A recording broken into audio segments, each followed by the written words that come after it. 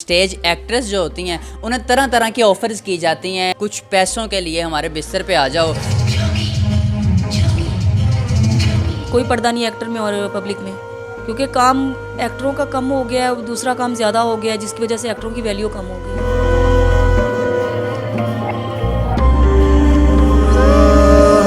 इस फील्ड में लड़की अगर आती है ना तो उसकी इज़्ज़त नहीं है, वैल्यू नहीं। मैंने नमाज शुरू की, तहज्जुद शुरू की, उसके बाद खुद ब खुद मेरे दिल में ये आया कि नहीं यार, इस फील्ड से हट के हम कहते हैं हम खाएंगे कहाँ से।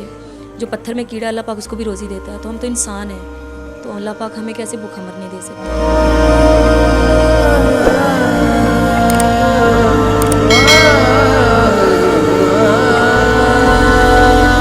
अस्सलाम वालेकुम नाज़रीन, आपका मेज़बान मुजाहिदुल हसन आपकी खिदमत में हाजिर है और आप देख रहे हैं चैनल 51। नाज़रीन, आज आपको मिलवाने जा रहा हूँ एक ऐसी स्टेज एक्ट्रेस है जिन्होंने 16 साल शोबिज़ की दुनिया में काम किया, लेकिन आज मौलाना तारिक जमील साहब से इम्प्रेस होके, मुतासिर होके इन्होंने उस फील्ड को खैराबाद कहा और एक नई जर्नी स्टार्ट करने जा रही हैं। इन्हीं से बात करते हैं और जानते हैं कि शोबिज़ की फील्ड जो है, उस फील्ड में, उस दुनिया में ये कैसा फील करती थी और आज जब इन्होंने मौलाना तारिक जमील साहब से मुतासिर होके ये फील्ड छोड़ी और आज कैसे महसूस करती हैं, इन्हीं से बात करते हैं और जानते हैं। अस्सलाम वालेकुम मैम। मैम, सबसे पहले बहुत शुक्रिया, आपने अपना कीमती वक्त दिया। बताइएगा कि आज से 16 साल पहले आपने तकरीबन 16-17 साल आपने इस फील्ड में काम किया शोबिज़ की दुनिया में। जब शोबिज़ की दुनिया में काम करती थी तब कैसा फ़ील करती थी और आज जब आपने इस फील्ड को खैराबाद कह दिया है तो कैसा फ़ील करती हैं? अल्हम्दुलिल्लाह, मैं कहती हूँ कि आज की लाइफ जो है मेरे लिए वो बहुत ज़्यादा बेस्ट है और अच्छी है, सुकून है। मैं अपनी नमाज़ पढ़ती हूँ, घर में अपने बच्चों को तवज्जो देती हूँ, अपना टाइम घर को देती हूँ और इज़्ज़त की ज़िंदगी गुजारी हूँ। अल्हम्दुलिल्लाह, मुझे ये ज़िंदगी ज़्यादा बेस्ट है और अच्छी लगी ये ज़िंदगी। वो ज़िंदगी नहीं थी, वो एक समझ लें कि भागा भागी एक इंसान को जैसे लगी होती है कि ये भी कर लो, ये भी कर लो, ये भी कर लो, बस वही होता है, ना कोई घर का पता होता है। हम लोग दौड़ते हैं पैसे के पीछे, शोहरत के पीछे, लेकिन मिलती नहीं है। बदले में हम सब कुछ खो देते हैं, लेकिन हासिल कुछ नहीं होता। आपने जब शोबिज़ की दुनिया में कदम रखा तो शोबिज़ की दुनिया में कैसे कदम रखा था? आज से 16-17 साल पहले, 18 साल पहले आप जब इस फील्ड में आई तो कैसे आई थी? बस मजबूरी होती है इंसान की, कुछ घरेलू प्रॉब्लम थी, थोड़ी सी इशू इस तरह के बन गए थे कि मुझे कुछ और नज़र ही नहीं आ रहा था। इनकी समझ लें कि कोई और था ही नहीं मेरे पास कि मैं कुछ करके अपने बच्चों को पाल सकती, तो इसलिए भी इस फील्ड में एक दोस्त बनी हुई थी, उसने इस फील्ड की तरफ मुझे माइल किया और मैं इस फील्ड में आ गई। अच्छा, बताइएगा कि जब आप शोबिज़ की फील्ड में जाती हैं, शोबिज़ की दुनिया में जाते हैं, स्टेज एक्ट्रेस जो होती हैं उन्हें तरह तरह की ऑफ़र्स की जाती हैं, हत्ता कि यहाँ तक कहा जाता है कि कुछ पैसों के लिए हमारे बिस्तर पे आ जाओ। जब आप ये काम कर रही थी, शोबिज़ की दुनिया में थी, तो किस तरह की ऑफ़र्स की जाती थी और किन मुश्किलात का सामना करना पड़ता था? बहुत सी ऑफ़र आती हैं और सबको आती हैं, हाँ, वो छोटी एक्टर है चाहे बड़ी एक्टर है, सबको ही ऑफ़र आती है। जो लड़की एक बार स्टेज पे चली गई ना, उसको ऑफ़र आना शुरू हो जाएंगी, और प्रोड्यूसर, डायरेक्टर, पब्लिक सभी, तो हर लड़की को आती हैं। सब मेरी बहनें जितनी भी हैं एक्टर, वो सब इन मुश्किलात का फेस कर रही हैं, इन मुश्किलात को। और कुछ बीच में ऐसी होती हैं कि जो ये चली जाती हैं इस तरह की ऑफ़र कबूल करके, उनकी वजह से जो ये काम नहीं करती उनको भी काफ़ी मुश्किलों का सामना करना पड़ता है। वो बेचारी बस कुछ भी नहीं ना तो अपनी इज़्ज़त बचाने के लिए किसी के साथ खाना खाने चली जाती हैं, किसी के साथ चाय पीने चली जाती हैं।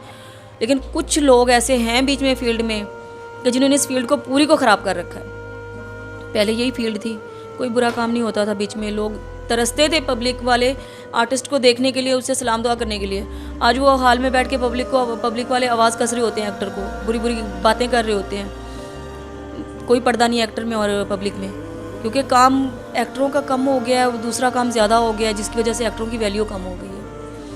तो अगर काम की हद तक हो ना तो काम बुरा नहीं है, लेकिन अब तो बहुत कुछ बीच में होना शुरू हो गया, पर्दे के पीछे भी। अब तो लाइफ हो रहा है पर्दे के पीछे, क्या सरेआम हो रहा है सब कुछ। मुझे भी काफ़ी मुश्किलों का सामना करना पड़ा, काफ़ी लोगों की ऑफरें कबूल करनी पड़ती हैं।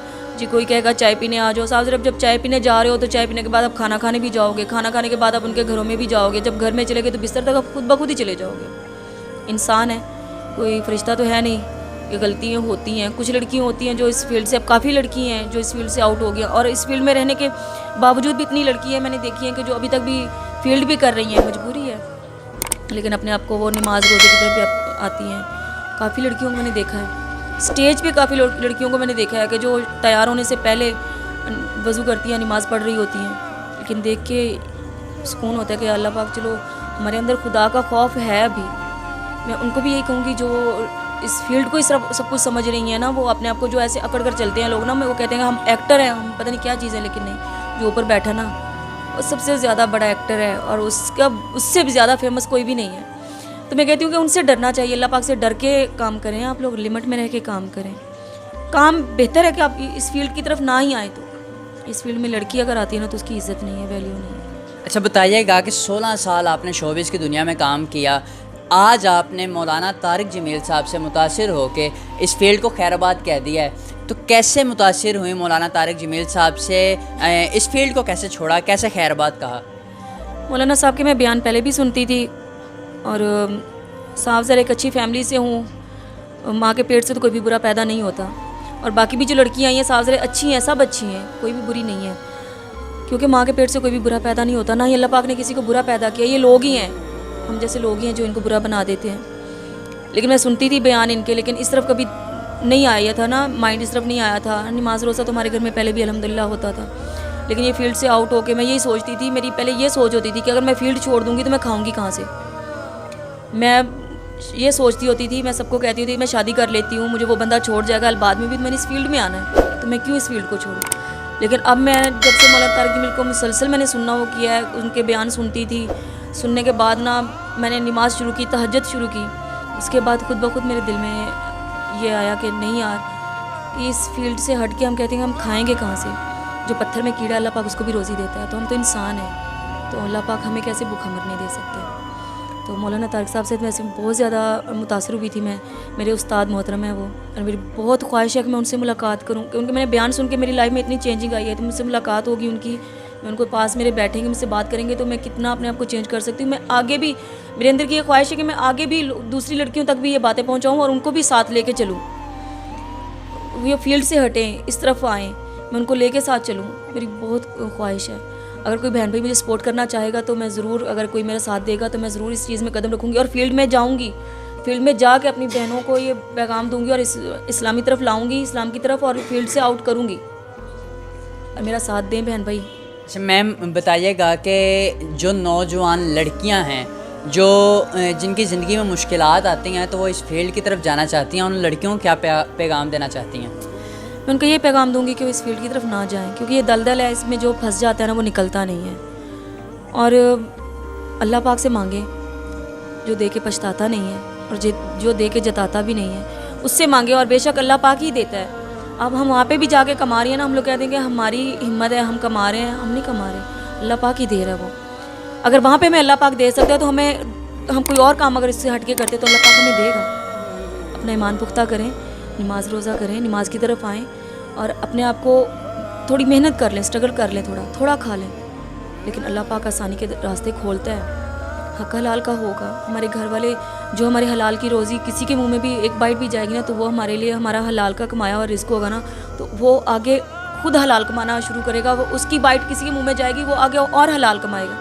मैं ये चाहती हूँ कि जो बहन भाई ये मजबूर बहनें हमारी इस तरफ आ रही हैं, हम उनकी सपोर्ट करें, उनका साथ दें, ज़्यादा नहीं दे सकते, थोड़ा करके, ताकि उनको बुराई के रास्ते से बचाएं। जी नाज़रीन, आपने देखा रेशम खान मेरे साथ मौजूद थी, 16 साल इन्होंने शोबिस की फील्ड में काम किया, स्टेज एक्ट्रेस थी, लेकिन आज ये इन्होंने मौलाना तारिक जमील साहब से इम्प्रेस होके, मौलाना तारिक जमील साहब से मुतासिर होके उस फील्ड को खैराबाद कहा। बेशक अल्लाह जिसे चाहे हिदायत दे और जिसे चाहे अपने रास्ते पर चलाता है। इसी के साथ अपने मेज़बान मुजाहिदुल हसन को इजाज़त दीजिए और देखते रहिए चैनल 51। अल्लाह निगहबान।